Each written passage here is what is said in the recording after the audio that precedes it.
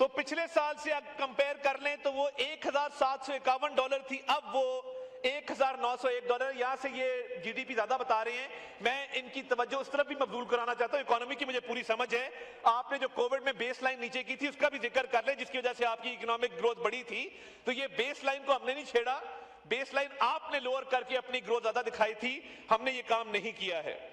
جناب والا۔ اس کے علاوہ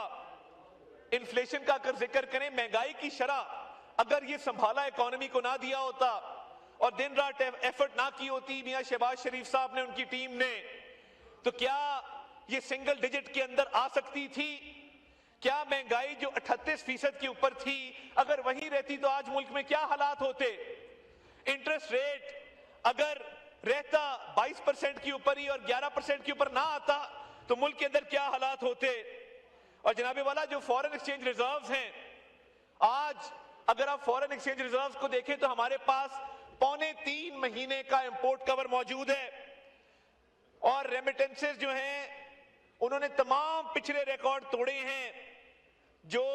فورن ایکسچینج ریزروز ہیں آج $17.2 بلین پہ کھڑے ہیں،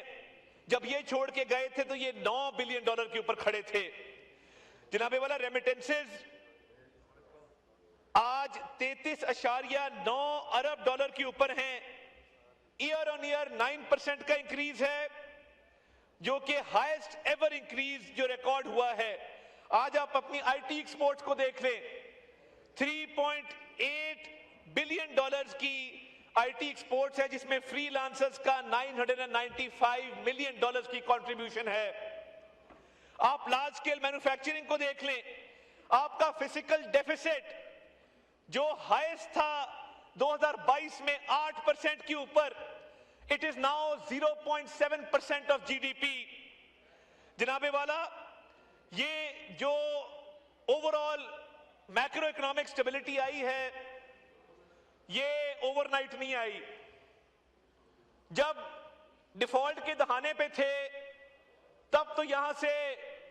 خوشیاں منائی جا رہی تھیں، امید کی جا رہی تھی، ان کا لیڈر اور ان کے تمام لوگ یہ امید کر رہے تھے کہ آج ڈیفالٹ ہوا کل ہوا۔ اب جب میکرو اکنامک سٹیبلٹی آئی ہے، کم از کم اس چیز کو تسلیم تو کریں کہ اکانومی سٹیبل ہے، دنیا اس بات کی معترف ہے۔ آج اگر ہمارا فیڈرل بورڈ آف ریونیو پہ میں ضرور بات کرنا چاہوں گا، شہباز شریف صاحب نے پہلی چیز جو اپنے ہوم گرون ایجنڈے پر لے کر آئے وہ فیڈرل بورڈ آف ریونیو کے ریفارمز تھے، سٹرکچرل ریفارمز تھے۔ ایف پی آر کے ریفارمز میں میں آج اس ہاؤس میں چیلنج کرتا ہوں، آپ آج کسی کسٹمز کے افسر کی سفارش کریں، کسی انکم ٹیکس کے افسر کی سفارش کریں، کیونکہ وہاں پہ ایک سفارش کلچر تھا۔ آج آپ سفارش کریں گے، شام تک وہ بندہ سسپینڈ ہو جائے گا، کیونکہ ریٹنگ کی گئی ہے، رپورٹس مرتب کی گئی ہیں، ٹرانسپیرنٹ پوسٹنگ ٹرانسفر کا سسٹم ان پلیس کیا گیا ہے کہ سفارشی افسر وہاں پر نہیں لگیں گے۔ اس کے علاوہ اربوں روپے لیٹیگیشن کے اندر تھے۔ ہوتا کیا تھا؟ اربوں روپے کا ٹیکس ہے، وکیل ایف بی آر کا ملا ہوا ہے جس نے ٹیکس دینا ہے اس کے ساتھ، اور ملی بھگت سے سٹے آرڈر لیے جا رہے ہیں، تاریخ پہ تاریخ لی جا رہی ہے۔ شہباز شریف صاحب نے ٹرائیبیونل بنائے میرٹ کے اوپر، ٹرائیبیونلز کے چیئرمین، میں خود وکیل ہوں، میں اس بات کو سمجھتا ہوں کلوژن ہوتی ہے، ہمارے ہاں بھی بلیک شیپ ہیں، ہمارا پیشہ اس میں بھی لوگ موجود ہیں، اچھے برے لوگ ہر جگہ ہوتے ہیں، اس میں مائنڈ کرنے والی بات نہیں۔ اب ہمارے بہت سینئر ہیں پیشے کے لحاظ سے، میں اس لیے ریکویسٹ کروں گا کہ یہ کوئی ایسی بات نہیں ہے۔ ایف بی آر کے وکیل ملے ہوتے تھے، بالکل ملے ہوتے تھے ایف بی آر کے وکیل۔ میں آپ کو چیلنج کرتا ہوں، آپ آ جائیں میرے سے فیکٹ پہ بات کر لیں۔ ایف بی آر کے وکیل ملے ہوتے تھے جنہوں نے ٹیکس دینا، ان کے ساتھ اربوں روپے کی کلوژن تھی۔ اب ٹرائیبیونل بنائے گئے ہیں، ان کے چیئرمین میرٹ پہ اپوائنٹ ہوئے ہیں،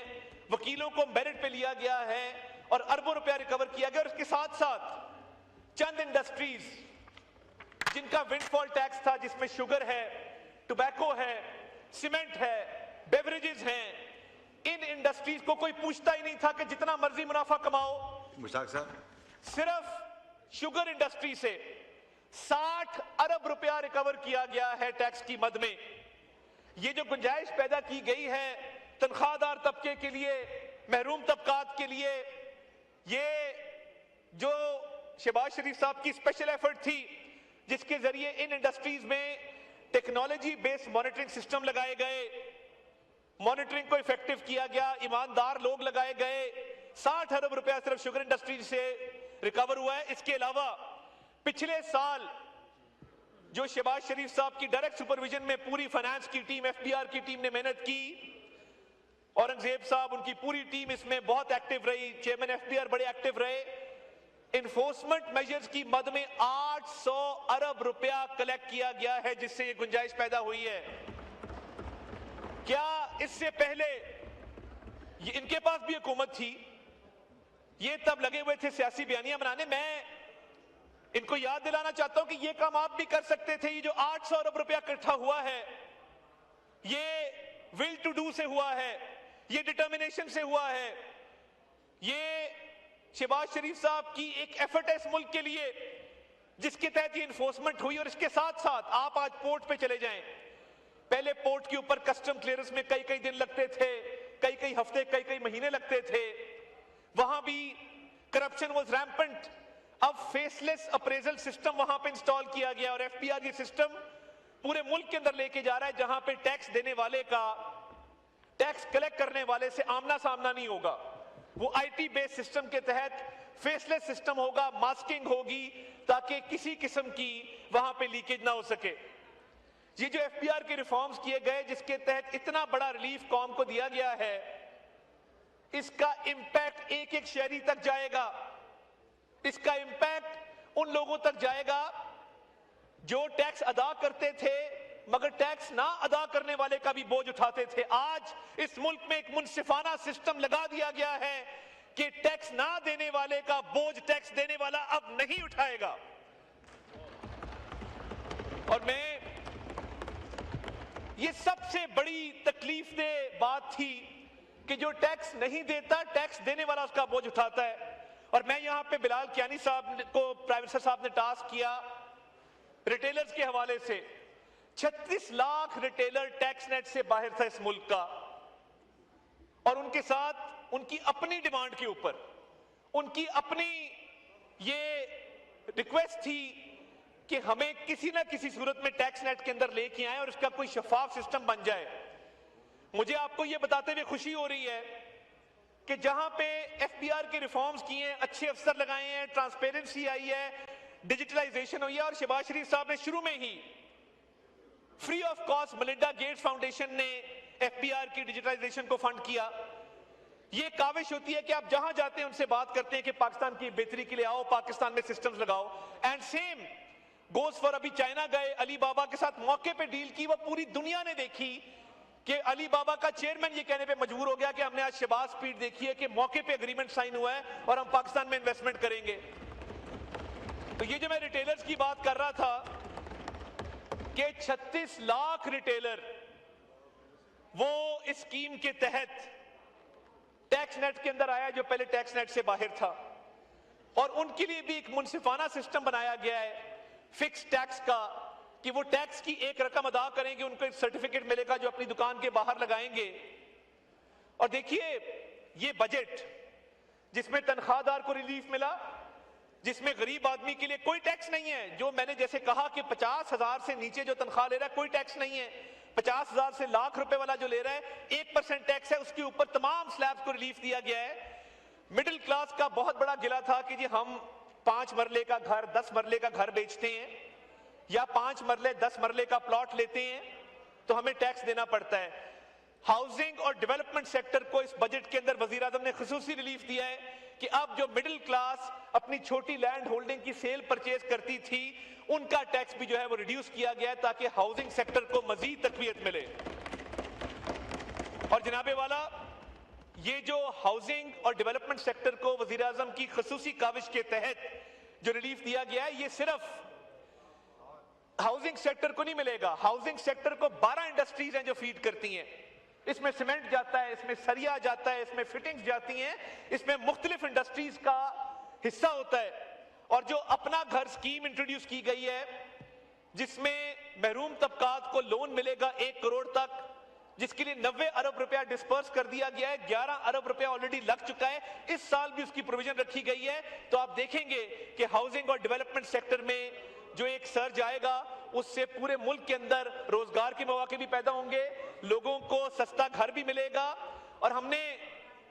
50 لاکھ گھر اور 1 کروڑ نوکریاں تو یاد کبھی نہیں دلانی کیونکہ وہ ایک ماضی کا قصہ ہے. میں یہ ضرور کہہ سکتا ہوں کہ اپنا گھر کے تحت جن لوگوں کو گھر مل رہے ہیں, کوئی نائب قاصد ہے, کوئی ڈرائیور ہے, کوئی مزدور ہے, کوئی کسان ہے, کوئی کسی فیکٹری میں کام کرتا ہے, کوئی کسی کے گھر میں کام کرتا ہے, جن کو یہ گھر مل رہے ہیں, یہ بہت بڑا بوسٹ ہے محروم طبقات کے لیے, مڈل کلاس کے لیے. اور اس کے علاوہ میں سمجھتا ہوں کہ یہ ہاؤسنگ اور ڈیولپمنٹ سیکٹر سے اکانومی کا پہیہ تیزی سے چلے گا. اور میں آگے بڑھتے ہوئے اب ایکسپورٹرز کے اوپر آؤں گا کہ اس ملک میں ایکسپورٹ کو بڑھانے کے لیے جب ایکسپورٹ لیڈ گروتھ ہوتی ہے تو وہ صرف ایکسپورٹر کو فائدہ نہیں ہوتا. اگر ایکسپورٹ بڑھے گی, فیکٹریاں اور لگیں گی, ایکسپینشن ہوگی, ڈائیورسفیکیشن ہوگی, لوگ نوکریاں دیں گے, روزگار کے مواقع پیدا ہوں گے, ملک کے اندر معیشت کا پہیہ اور تیزی سے چلے گا. ایکسپورٹرز کی جو درینہ ڈیمانڈ تھی کہ ایڈوانس ٹیکس ختم کیا جائے, وہ ختم کیا گیا. منیمم ٹیکس کو مزید کم کیا گیا. اور سپر ٹیکس, پہلے تجویز آئی تھی کہ سپر ٹیکس جو ہے وہ جو 50 کروڑ تک کی ایکسپورٹ کرتے ہیں ان کے لیے ختم کیا جائے, مگر وزیر اعظم نے خصوصی ہدایات جاری کرتے ہوئے تمام ایکسپورٹرز کے لیے اس ملک میں سپر ٹیکس کو ختم کر کے دکھایا ہے. اور یہ فیصلے ان آئسولیشن نہیں تھے, یہ جو فیصلے کیے گئے ہیں پورے ہفتے لگے ان لوگوں سے کنسلٹیشن کرتے ہوئے. اس میں انڈسٹریز کے ساتھ الگ کنسلٹیشن ہوئی, چیمبر کے ساتھ الگ کنسلٹیشن ہوئی, آئی ٹی سیکٹر سے الگ ہوئی. تمام سیکٹرز کو, یہ وزیر خزانہ بیٹھے ہیں, بلال کیانی صاحب بیٹھے ہیں, تمام سیکٹرز کو اس میں کیٹر فار کیا گیا. ایگریکلچر سیکٹر کے لوگوں کو بلایا گیا, ان سے تجاویز لی گئی. ابھی یہاں پہ ایگریکلچر سیکٹر کے حوالے سے بات ہوگی اور بتایا جائے گا کہ کتنا ریلیف دیا گیا ہے, نہ صرف with regard to جو یوتھ کو لونز دیے جا رہے ہیں ایگریکلچر کے لیے, بلکہ جو ایگریکلچرل اکوپمنٹ باہر سے امپورٹ ہوگا اس پہ کسٹم ڈیوٹی کو کم کیا گیا ہے. یہ شپنگ کے بیٹھے ہیں منسٹر ہمارے جنید انوار صاحب, شپنگ سروسز کے اوپر سیلز ٹیکس کو 18% سے 0% کر دیا گیا ہے. اگر میں یہ کہوں کہ یہ بجٹ ہر طبقے کا بجٹ ہے, کسان کا, مزدور کا, دکاندار کا, ریٹیلر کا, ہر تنخواہ دار کا, ہر طبقے کا, تو یہ غلط نہیں ہوگا. اور خواتین کے حوالے سے یہ بہت بڑی ڈیمانڈ تھی اس ملک میں کہ پنک ٹیکس کو ختم کیا جائے. آج ان کی ہائیجین پروڈکٹس کے اوپر ٹیکس کو 0% کر دیا گیا 18% سے. اور یہ دیکھیے پاپولیشن ہمارا ایک بہت بڑا مسئلہ ہے, اور پاپولیشن کے حوالے سے بہت بات ہوتی ہے, اور اس پہ میں سمجھتا ہوں کہ بڑی ضرورت ہے اس مسئلے کو ایڈریس کرنے کی. اس کو بھی کیٹر فار کیا گیا ہے کہ کانٹرسیپٹیوز کے اوپر بھی جو ٹیکس تھا 18% اس کو بھی 0% کر دیا گیا ہے. تو یہ بجٹ ایک ریلیف کا بجٹ ہے, یہ بجٹ ایک ایسے دور کا بجٹ ہے کہ ہم خوشحالی والے دور میں داخل ہو رہے ہیں. اور یہ پوری کابینہ اس بات کو جانتی ہے, خواجہ صاحب بیٹھے ہیں, کہ وزیر اعظم ایک ایک لمحہ پچھلے پورے سال اس کوشش میں رہے کہ میں گنجائش پیدا کروں, میں ریلیف لے کے آؤں. اور بہت سی ایسی باتیں ہیں کہ انہوں نے کس طریقے سے, کہ ہم آئی ایم ایف پروگرام کے اندر بھی ہیں, ہمارے باقی بھی آبلیگیشنز ہیں, اس کے ساتھ ساتھ اس ساری چیز کو ایفیشنٹلی اور ایک کمپیٹنٹ طریقے سے مینج کر کے ذاتی ایک ایفرٹ کیا, دن رات ایک کیے, خون پسینے بہا کے آج اس مقام پہ ہم پہنچے ہیں کہ جو 2 سال سے وزیر اعظم کہہ رہے تھے کہ جیسے ہی گنجائش پیدا ہوگی ہم آپ کو ریلیف دیں گے. آج وہ وقت آ چکا ہے کہ پاکستان کے عوام کو ایک ریلیف پہ مبنی بجٹ دیا گیا ہے, اور ہر طبقے کو اس کے اندر گنجائش پیدا کر کے ان کی ڈیمانڈز کو پورا کیا گیا ہے. یہ آغاز ہے ایک ایسی گروتھ کا جس سے ہم انشاءاللہ تعالیٰ ایک ایسی اکانومی بنیں گے کہ پوری دنیا دیکھے گی. جناب والا, میں ان کنکلوژن صرف یہ کہنا چاہتا ہوں کہ اچھی تجاویز بھی آتی ہیں, مگر خدارا جہاں پاکستان کی بات ہو تو کم از کم ہماری بات نہ کریں, ہمیں داد نہ دیں, مگر پاکستان کی عزت میں اپنی عزت محسوس کریں, پاکستان کے فخر میں اپنے فخر محسوس کریں. اور پاکستان کو جو پذیرائی مل رہی ہے بین الاقوامی سطح پہ, جس کے اندر میں سمجھتا ہوں کہ پوری دنیا معترف ہے کہ پاکستان نے امن کے قیام کے لیے جو اپنا کردار ادا کیا ہے، اور آج پوری دنیا کہہ رہی ہے کہ وزیر اعظم شہباز شریف اور فیلڈ مارشل سید عاصم منیر کی کاوشوں سے نہ صرف امن کا قیام ہوا ہے بلکہ ہم پوری دنیا کی اکانومیز اس سے بینیفٹ کریں گی۔ پاکستان میں الحمدللہ جو ایک ٹیم ورک ہے جس میں ایس آئی ایف سی کا بہت رول ہے،